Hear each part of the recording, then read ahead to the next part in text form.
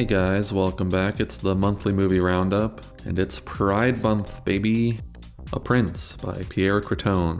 Plants, penises, and paternal pinings. A Prince. You have to warm up to it. It took me a bit after watching it to decide whether I even liked it or not. I decided I liked it. The film speaks with codes that have defined sexual expression, but then it also places you behind the curtain to see the literal experiences that they sprout from. It's very sensitive. There's ruminative narration over still photographic shots for the majority of the film. It lets the theme evolve fluidly, going from youth, awakening, to mentorship, age, cultivating the next generation, coming to terms with your body. Queerness growing is just nature, like a vine sprouting out of concrete. We're tracking the gay network like it's subterranean mycorrhizal networks. The few times we do get music, it's very emotionally potent and very well done.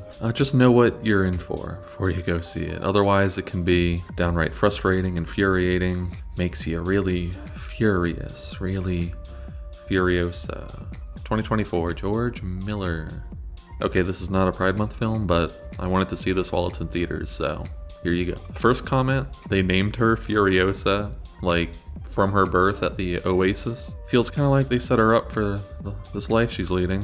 But yeah, the world of Mad Max, which is the highlight of these two latest films. You don't get such an extreme dystopia in mainstream fiction anywhere else. The grit, the pain, the insanity of living every second in the wasteland is baked into the characters, the set pieces, it's in the tiniest details, and they know how to also make it absolutely hilarious. Second reason to go see a Mad Max film is the road war action. I was really impressed with all the big battle scenes here, especially that one midway through. It's like kung fu with cars and boomsticks. My rating could be a lowball since I was challenged to stay focused in the theater by a bunch of kids talking almost nonstop, fighting with each other for some reason, turning on the lights at one point for no reason, dropping a bag of coins onto the floor, walking up and down the aisles and in front of the screen. So, maybe the wasteland isn't so far-fetched a portrait of society as it seems. But speaking of portraits, Portrait of Jason is a 1967 film by Shirley Clarke. Time will tell if it sticks with me. For now, I can't quite make out what I learned from this mixture of masks, observations, lies, and truths, because it's not honest. Jason, our main subject, he's a hustler. You feel he's locked into the conviction that, quote, he'll never tell.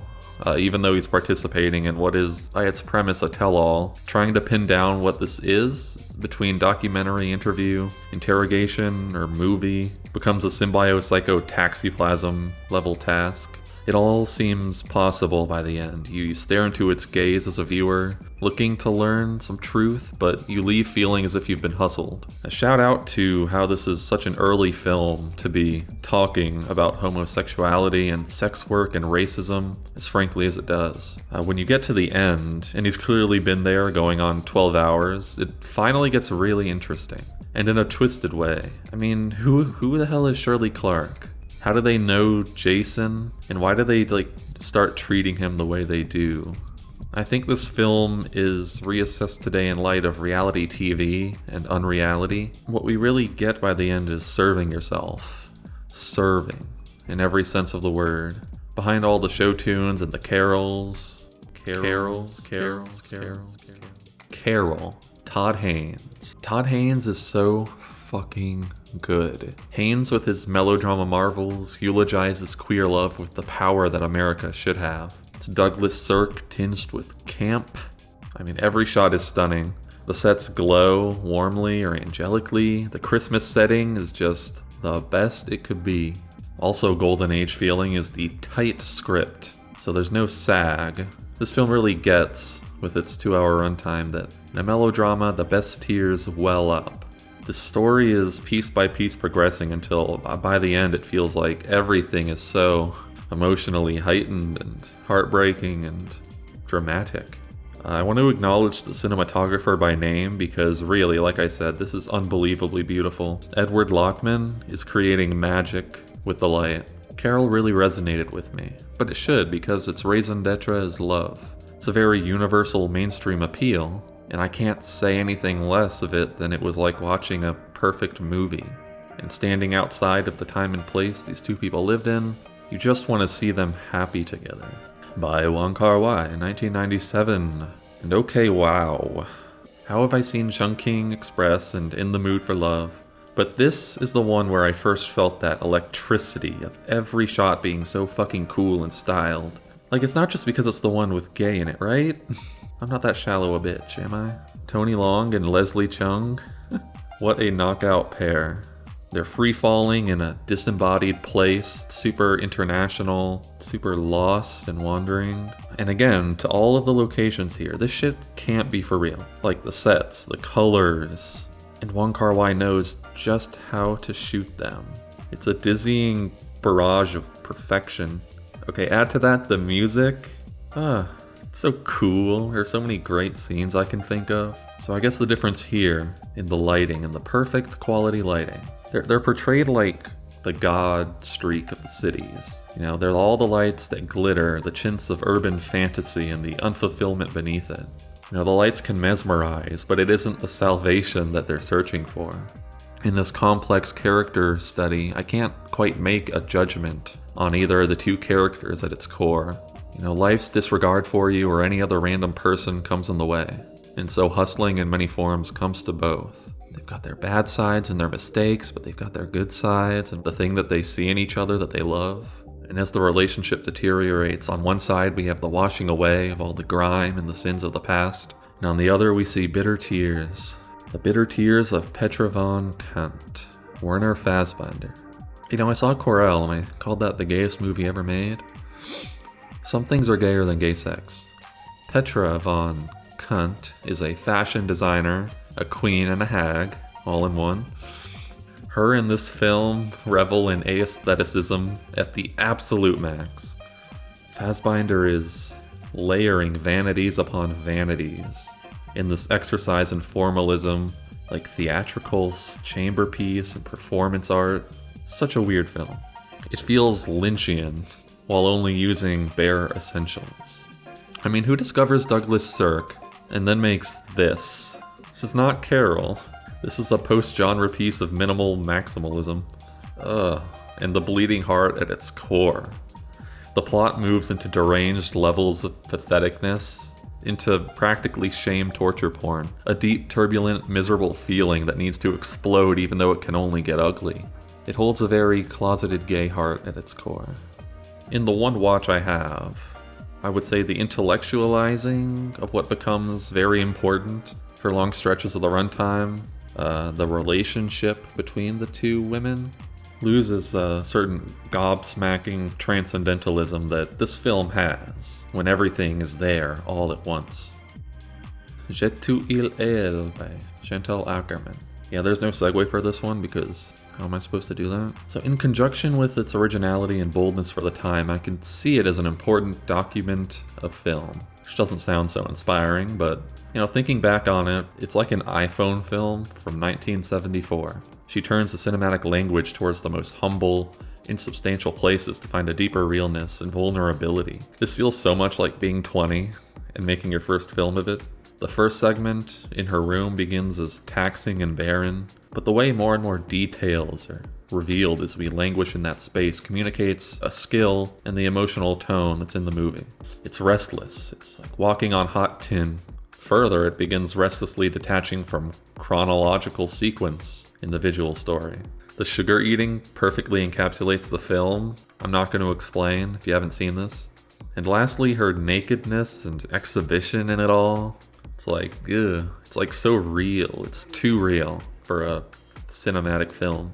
But behind it all, you can feel a deep, or maybe not so deep, depression, because otherwise it does come off as purely cold and technical. But I see the angst and ennui and alienation of that life that Chantal is going through. It clearly strikes a chord, and is likely why this is every student film project for the next 50 years. In the second act, she goes along with a man into stranger territory, but it did strike me as a more inauthentic chapter in a way. It felt very written. Then we have the final act. A long final sex scene between two women climaxes the film. And there are some very crafted shots and compositions in this part. It still felt cold in a lot of ways. It's not really a traditional movie happy ending because sex. The whole thing has a messiness throughout it. The desperation of Ackerman to belong again, rebounding into this sex scene, just isn't anything much but the raw act itself. And so with this final revelation at the end, we have a further understanding of the themes along a queer wavelength. This was no straight story. David Lynch's Disney film, the 1999 Straight Story.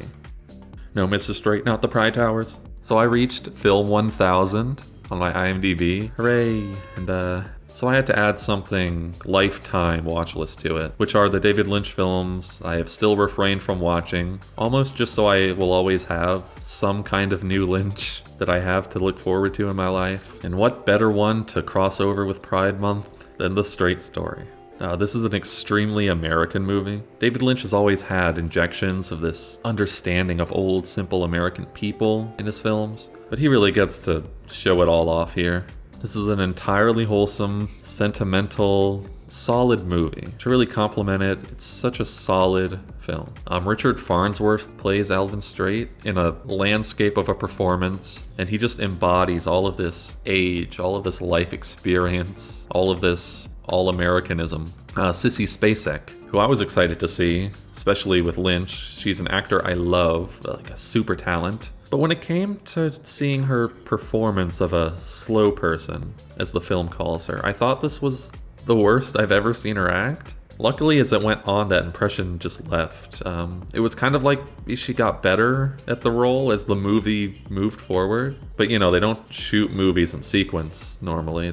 Fun fact, this film was shot in sequence. There's a lot more you can interpret from the choice to do that. But back to Spacek, I feel like this was a particular challenge of going full slow, but also having Lynch's quirky stylization over it. A real challenge. It was tough on her. But yeah, by the end of her arc, you love her. Definitely the second best character.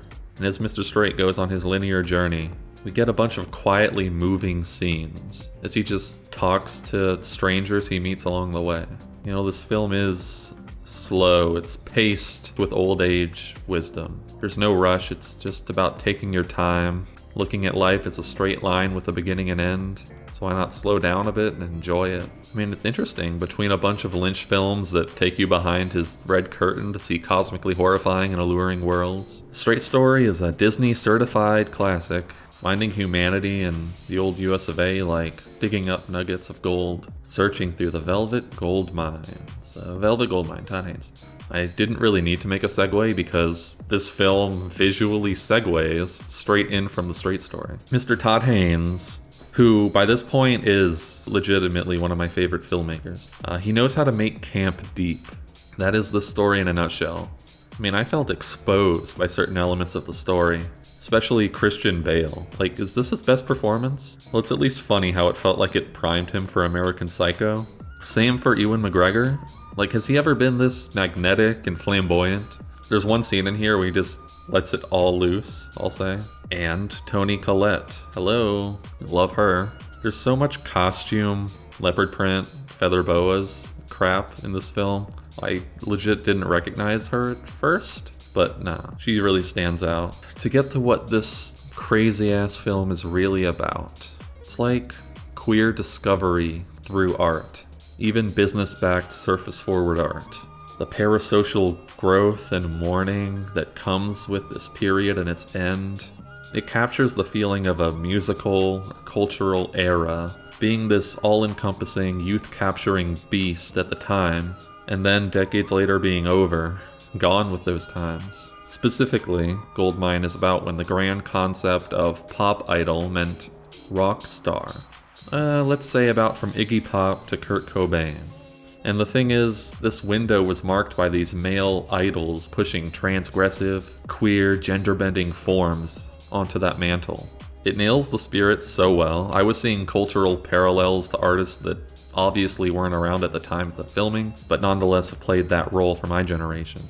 There was a lot of laugh-out-loud moments with all of the references and crossovers going on through the fictional alternate history of Brian Slade's glam rock era. Throw onto this pile of intertextuality Oscar Wilde, portrayed here as perhaps the OG queer-coded pop idol. It's interesting.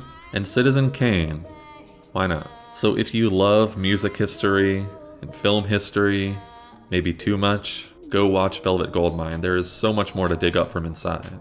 I've read Dorian Gray, I loved it. I've seen Citizen Kane, I liked it. I'm trying to complete the David Bowie legacy. I love parts of his music, and I really love all of his persona and the acting roles he's had. I love punk and rock and bisexuals, so I can see why this film is tragically underrated. It's kinda got a shit ton going on under the hood. I'm sure most of the audience are plainly missing too much context. I see mid-reviews describing it as a Bowie biopic or a Citizen Kane for glam rock, but if that's all it is to you, you're getting a very reductive experience. It's all these things at once. It's about a deeply personal world that spawns within you from all of these things. It's everywhere and nowhere. Nowhere.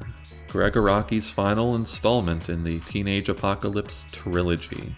And honestly, this just feels like the crowning achievement of what Araki was building up throughout his 90s output.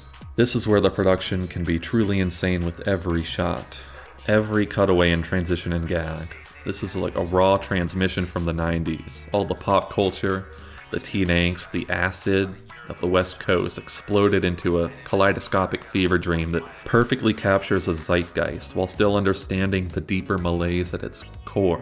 Watching it on TV at home honestly feels more appropriate than a theatrical screening, though I would still kill to see it screened somewhere. Its untraditional structure sets it as feeling more like a season of TV that's been accelerated by a plutonium rod placed inside the television. Even during the movie, I got the sense that it works as something you can just watch on loop. By the end, yeah, I could just watch this over and over, like I'm a media-addicted American exposed to the entertainment. But beyond the sugar rush and hilarity is the darkness of teenage emptiness, the pervading sense of doom felt by this generation growing up in an accelerating, paranoid global world. The movie doesn't slow down, even when some of the things that happen are horrifying or unexplainable. The characters aren't much of saints, and Dark, played again by James Duval, who's been hilarious throughout this trilogy, goes through the day and the night, sensing that everything's falling apart, and no one even notices or cares.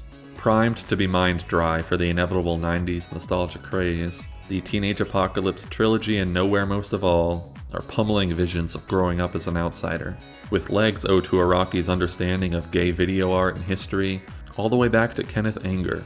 Well, why would I say that? I've never actually seen a single Kenneth Anger film, so I wouldn't really know what. Magic Lantern Cycle, a collection of short works by Kenneth Anger. Stranger still is that these works work so well, and it's no secret, perhaps even watching them, that they're constructed from bits and pieces, assembled by Anger to some new form from unfinished projects. Footage can come from a span of years, and the music also taken or recorded for the footage much later. Yeah, some of the cult ceremonial footage used feels not like a set Anger created, but archival footage he might have from being a part of real occult temples.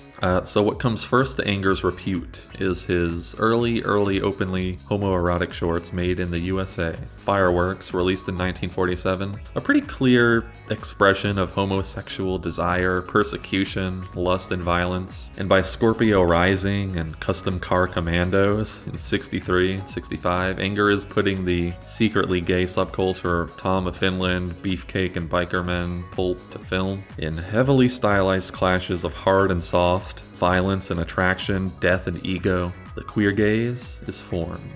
He also films as though the history of film had one unbroken line between the silent era, like Méliès's films, to him. And without Anger, would we have John Waters, Greg Araki, and the rest of the old and new queer waves?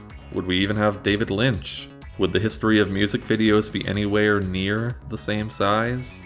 I'm not so sure. And underneath all the experimentalism and collage, you have to see that Anger is a seriously talented filmmaker. The look of the footage is stunning and way forward thinking in terms of stylized cinematography. Color, makeup, wardrobe, and movement are all controlled at a master's level. They allow these short, explosive experimentals to carry heavy emotional weight. I particularly liked Rabbit's Moon. It's like pure European stage troupe theater, basked in blue and yearning. A total example of something projected onto a wall in an art museum or an acid-infused live show. And inauguration of the Pleasure Dome. The one that I had heard of going in takes the psychedelia and amps it up to blinding proportions. I think I got hooked on anger from here. The collection ends around My Demon Brother and Lucifer Rising, absolutely inside prog and metal album cover core. It's got the spiritual film a la Jodorowsky, psychedelic rock and roll occultism imagery in its purest form. It should influence you to understand why there's a whole era that followed, enamored with this new religious movement and philosophy. Why wouldn't you want to join a cool love cult with their naked orgies, naked picnics, naked hikes to the Sphinx of Egypt? Have a naked lunch by David Cronenberg. So this really sounded like my kind of thing, and David Cronenberg is my kind of director, but somehow I still went into it feeling like maybe it'll be disappointing, maybe I'll be let down. By the end, that was not the case. I really, really loved this. It's hard to really rate it, and it wasn't all much of the experience I imagined, but it still won me over its way. So the first act is just like non-stop nonsense, like what the hell is going on? As it continues and changes form, the lines are better drawn. It's taking from Naked Lunch and its themes, and then crafting a Fear and Loathing style written account by the writer of the writer's writing journey, swirled with the bullshit and repressed reality of both. You've got the tormented homosexual and the tormented wife murderer. And you see it start to become yet another contrived Cronenberg conspiracy plot, but here fitting the mold in such a perfectly absurd way. I was making a lot of comparisons to this and films like the Jacob's Ladder, Lost Highway type 90s purgatorial horror films, because it really is just a spiral into madness and delusion with the unreliable narrator aspect. The most cutting line in this, to me, is when creatures are describing our protagonist as a cover agent who believes his own cover. Yeah, this film is so disgusting and unappealing. The drug use and coping leak out into the look and feel of the world, rotting and poisoned, infested, crawling over with bugs. The special effects work is gnarly. These practical monsters, disgusting nightmare fuel, just sort of pop up in the world and aren't really acknowledged. Like a heightened Kafkaesque Del Toro fantasy horror. The sound design also works its muscles, wrapping you into its nightmare. Insectile clicks and typewriter clacks are intelligently co-associated, and these noises are always somewhere in the background nagging at you. And with the whole noir layer, they got this solo saxophone blowing out increasingly frantic arpeggios. It's beautiful. It's everything you could want. He's always looking like Oppenheimer, peering out in cold-eyed fear from under his fedora every second. This is pure nightmare fuel. If you love weird-ass movies, you are bound to love this one. You know what else you're bound to like? Bound. 1996. Directorial debut of the Wachowskis. And this movie is horny. I really like the camera in this film. It goes low and close and up and down and sideways. It's like fingers playing around all the environment's corners and crevices. The crime thriller neo-noir directorial debut is its own genre at this point. But out of those that I've seen, which even for directors who turned out to be, geniuses are great, Bound is a favorite. It has that inspiring quality that lower budget films can have. You can tell that the more stylized and heightened elements are ones that require much less budgetarily, but they work as stunning imagery or a showcase of thoughtful and inventive direction. Also, it is like prime example of how you can look back at it post-transition for the directors and see how actually blatant the queer perspective is. And not just because textually it's literally a lesbian story, but it's so lesbian, subtextually and in feeling, in the riffing on gender roles and the behavior of all its characters, to traditional noir structures. There's a literal bursting out of the closet moment, and the central allegory of being bound that relates to these two women protagonists is beautifully visualized in multiple ways, and all of the multiple, interpretations and layers to that. It's nice. It's got a nice tight script that's thinking about all of its parts and how to turn them and every possible hitch in the plan into a dramatic hook. And cool shot, obviously. All three of the main cast members are fantastic. Gina Gershon, who's always great and sassy and everything with her goddamn puckish smile. Jennifer Tilly, who as soon as she opens her mouth to speak for the first time, just made me laugh at how perfect it is. And Joe Pantoliano, who's playing this unloved middleman in every register over the course of this plot that he's swallowed up in. I also laughed out loud when the most slimy bastard of a character comes in looking a lot like a certain other director who we can thank for 90s neo-noir. The Wachowskis' eye for edgy, sexy, all-black style is here, and Jennifer and Gina are just eating it up. A super fun, satisfying good time. So yeah, this year was amazing. I swear I don't just give a 10 to everything that has the camera in focus. This was just a bang-up goddamn year, with the sheer amount of classics I'm seeing night after night. It's given me such a deeper sense of enjoyment for all of the LGBTQ history in the medium. I highly recommend you see just about every film that I've reviewed here, even the ones that I was at least personally mid on. Goodbye, goodbye, goodbye, goodbye, goodbye. It's time to end the roundup. Well, time to leave.